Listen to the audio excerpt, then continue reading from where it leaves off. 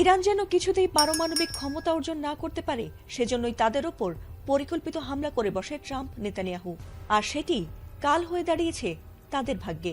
তাদের বিমান হামলার পর থেকে প্রতিশোধ নিতে মরিয়া হয়ে উঠেছে সাহসী মুসলিম দেশ ইরান।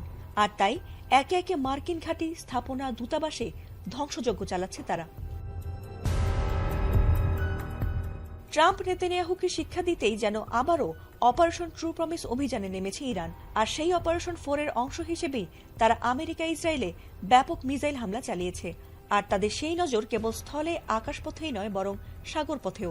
কোন সাগর পথেই যেন ইরানিদের হাত থেকে নজর এড়িয়ে রেহাই পাচ্ছে না আমেরিকা ইসরায়েল।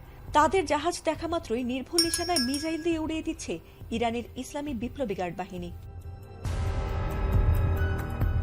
শুধু তাই নয়, একের পর এক মার্কিন সেনা নিখোঁজ হচ্ছে সাগরপথে ইরানের সঙ্গে চ্যালেঞ্জ নিতে গিয়ে। আর সেই ধারাবাহিকতায় এবার ভারত মহাসাগরে আমেরিকার যুদ্ধজাহাজ নজরে আসা মাত্রই সফলভাবে মিসাইল হামলা চালিয়েছে ইরান। আর সেই হামলায় আগুন ধরে যায় দুটি জাহাজেই।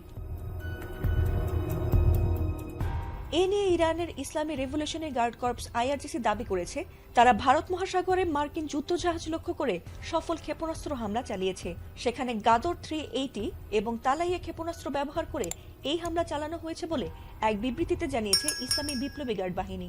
গাদর হল মাঝারি পাল্লার ব্যালিস্টিক ক্ষেপণাস্ত্র, যার পাল্লা 2000 কিলোমিটার পর্যন্ত। অন্যদিকে তালাইয়া একটি কৌশলগত ক্রুজ ক্ষেপণাস্ত্র ব্যবস্থা, যা 1000 কিলোমিটার পর্যন্ত লক্ষ্যবস্তুতে আঘাত হানতে সক্ষম এবং মাঝপথে লক্ষ্য পরিবর্তনের ক্ষমতাও রাখে। এছাড়াও প্রেস টিভির এক প্রতিবেদনে IRGCর বিবৃতি দিয়ে দাবি করা হয়েছে, হামলার সময় যুদ্ধজাহাজটি ইরানের সীমান্ত থেকে 600 কিলোমিটারের বেশি দূরে অবস্থান করার পরও ইরানিদের নির্ভুল হামলায় দুটি জাহাজেই ব্যাপক আগুন ধরে যায়। IRGC তাদের এই সফল মিসাইল হামলাকে ট্রু প্রমিস 4 এর একটি অভিযানের অংশ বলে জানিয়েছে। যদিও যুক্তরাষ্ট্র বা ইসরায়েলের পক্ষ থেকে এখনো পর্যন্ত এই দাবির কোনো প্রতিক্রিয়া পাওয়া যায়নি।